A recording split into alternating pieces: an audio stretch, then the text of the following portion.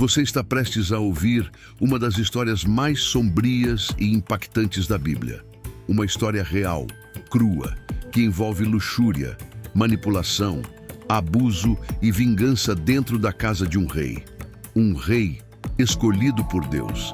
Essa não é uma narrativa fácil de ouvir, mas é exatamente por isso que precisa ser contada. Ao assistir até o final, você vai entender como um desejo proibido e uma decisão covarde destruíram vidas, romperam laços de sangue e desencadearam uma série de tragédias que assombraram uma família inteira. E o mais assustador, tudo isso começou com um silêncio.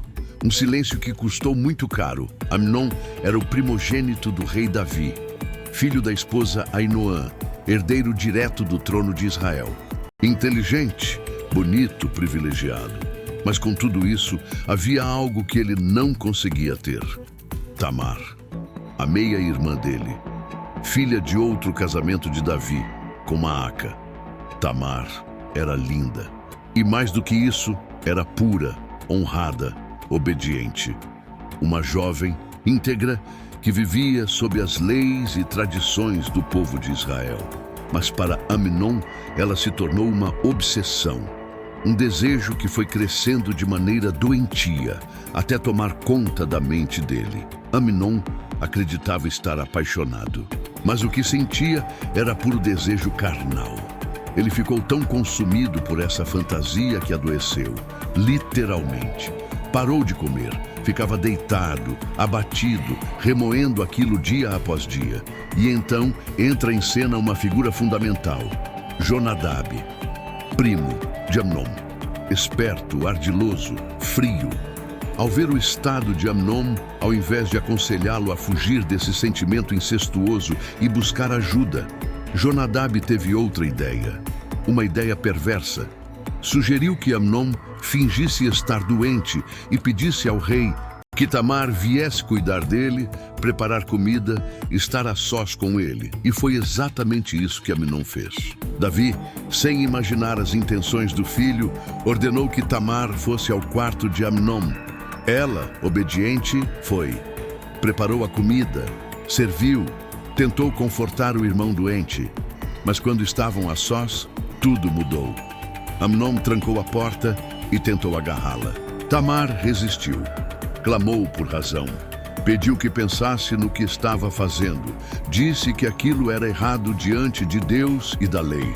Chegou até a sugerir que falasse com o rei, que talvez pudesse haver uma saída honrada. Mas Amnon não ouviu.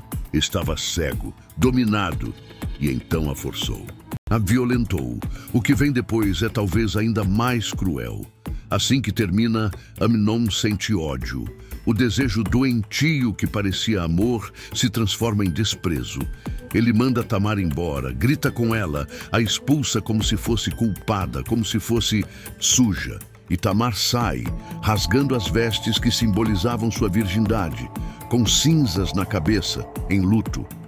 Um luto vivo, a dignidade destruída e pior, sem justiça. Quando Davi soube do que aconteceu, ficou furioso, mas não fez nada. Nada. Não puniu Amnon, não defendeu Tamar. Talvez por medo de dividir a casa, talvez por covardia, talvez porque no fundo ele também carregava um histórico de desejos mal resolvidos. Seja qual for o motivo, o silêncio do rei foi um grito de impunidade. E alguém viu isso tudo. Absalão. Absalão era irmão de Tamar. E ao ver a irmã naquela situação e o pai calado, guardou a dor em silêncio. 2 anos se passaram. 2 anos sem justiça. 2 anos sem que ninguém falasse mais no assunto. Até que Absalão convidou todos os filhos do rei para um banquete. E lá, quando Amnon estava embriagado, deu a ordem. Os servos de Absalão mataram Amnon. O ciclo estava completo. O estupro foi respondido com assassinato. O silêncio gerou sangue. A injustiça plantou vingança. E Davi chorou, lamentou a morte de Amnon, mas já era tarde demais. Ele havia perdido 2 filhos, um morto, o outro exilado. E mais do que isso, havia perdido o controle da própria casa. Essa história não é apenas um drama antigo, é um alerta. Para todos que acham que desejo não tem consequência. Para os que acham que silêncio é uma forma de evitar conflitos. Para os que minimizam o abuso, o estupro, a dor da vítima. Tamar representa milhares de pessoas que ainda hoje têm sua dignidade arrancada, que gritam por socorro e recebem o silêncio como resposta. Amnon é o retrato de um desejo que vira monstruosidade, e Davi representa a liderança que, ao se calar, se torna cúmplice. A Bíblia não romantiza essa história, ela expõe, porque precisa nos chocar, precisa nos fazer pensar e precisa nos fazer mudar. Não basta sentir pena de Tamar. É preciso quebrar o ciclo de silêncio, proteger os vulneráveis, enfrentar a verdade, mesmo quando ela está dentro da nossa casa. Se essa história te tocou, não deixe ela parar aqui. Curta o vídeo, compartilha com alguém que precisa entender o peso dessa mensagem. E comenta aqui embaixo. Você acha que Davi errou ao não punir Amnon?